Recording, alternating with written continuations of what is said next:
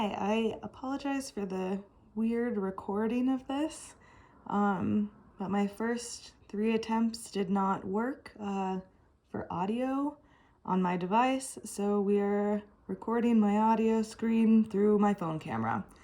Here we go. So, my name is Beth Ropsky. My pronouns are she, they. I am currently a non-degree seeking student at the University of Idaho, but plan to start my PhD in education, curriculum instruction, CTE this fall. My research focusing on inclusion, diversity, equity, and accessibility in Idaho secondary CTE classrooms. And this is definitely a huge idea, literally, to study. And so I'll obviously only be focusing on a very small slice of that. I currently work as the academic advisor and retention specialist for the College of Ag and Life Sciences, but previously worked as a secondary education teacher, first with general education and then with special education populations. So I've broken down this presentation by the 3 questions posed to us, and each of those questions will have a photo attached with it. So this first photo here, you can see that one is me there. Ooh, hello. I'm just not going to touch anything. And this is a photo of me when I was living in the Czech Republic, and I went with a number of other American students. We went out of town to a bar outside of the Czech Republic, or outside of Prague in the Czech Republic, and we were watching the Olympics with a group of people who lived in that town, and that's where this picture is from. So the first part of the question, personalize your approach to research by identifying and examining your own worldview as depicted through your lived experience. When I started thinking about this prompt, I started breaking down some things that I feel define me or kind of say what I identify as. Because when we live our lives and when we start to identify things and grow as people and, become have identifiers, become different types of people, that's going to impact the way that we approach our research. And so in making this list, it's definitely not totally comprehensive. That would be a very large task to undertake. But it did give me some main ideas of how I define parts of myself, and that I should really, those big things I should, and even the little things, keep in mind as I start to approach my research or continue the research that I've already been doing. So what brings me to research? This is obviously I'm pursuing a PhD or wanting to pursue a PhD starting this fall. And so that brings me to that level of academic research. But in general, I find that I have an interest in continued education, knowledge, self-growth, and just the idea of kind of digging in more to why we do things the way that we do, specifically in education. And I often find asking myself these questions in the workplace and then working to do even like small,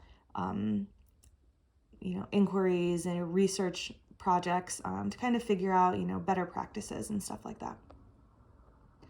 And the last part of this first question, what understandings about the world inform your inquiry? And so I think with this is kind of what I talked about before, having the different life experiences, traveling, working in education with diverse individuals, and then throughout that whole process, hearing and listening to other people's stories and lived experiences, and then taking that and learning from their perspectives and incorporating it into my own perspectives to develop a larger understanding of, the world, but you know what I mean, and then being able to apply that to our research in all the small ways that we do our research, or large ways, depending on our research. So question number 2 here, this photo that I chose for this is a graduation photo when I graduated with my master's in spring of 2020. So this would have been a couple months after COVID really started amping up there for the first time. It was a Zoom graduation, so this photo is of me in my apartment with my dogs. And so it was very interesting to finish up my master's graduate time with the start of COVID, go directly back into teaching during COVID, and now return to start working on my PhD still during COVID. It's been very insightful in a lot of different ways. And I think that it's really allowed us in education to bring to light a lot of things that we just had kept doing. And, it allowed people to question things.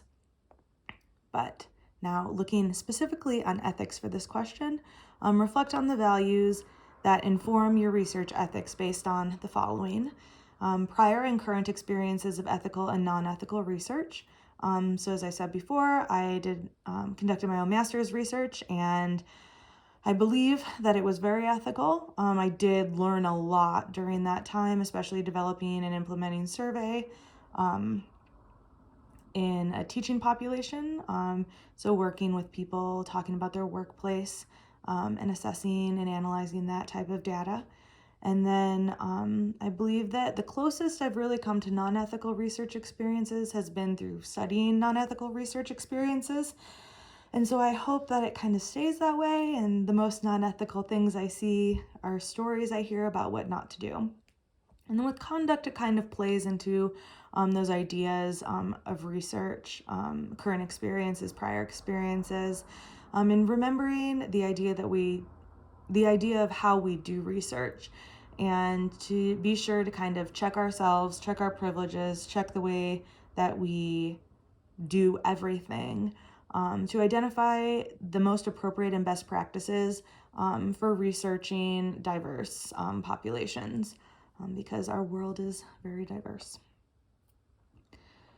And then we have formal and informal lessons learned.